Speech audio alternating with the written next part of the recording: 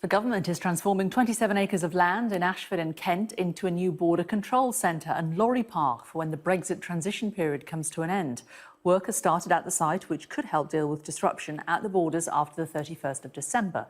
But the local MP and former Deputy Prime Minister Damien Green told us he objects to the plans. If there's disruption at the ports, even though there will be a contraflow system which will allow some stacking of lorries, the government wants to have the extra insurance of a big lorry park. I think this is exactly the wrong place to put it far too close to a residential area. In the long term, the government wants to use incoming traffic to check occasional lorries for customs purposes, and I think that's perfectly acceptable. It's the outbound big lorry park that I think is unacceptable. Well, Sky's Noel Phillips is at the site in Ashford. And Noel, do many local people there support what he's saying?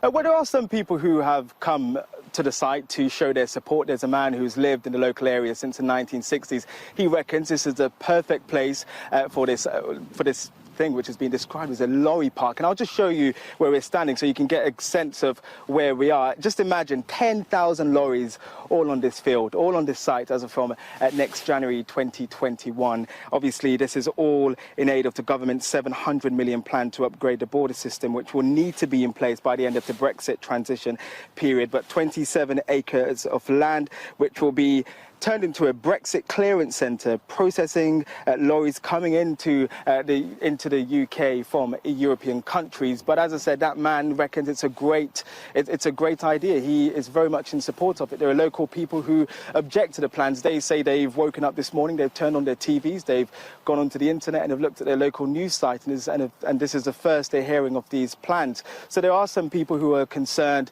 about the fact that there are no consultations that have taken place.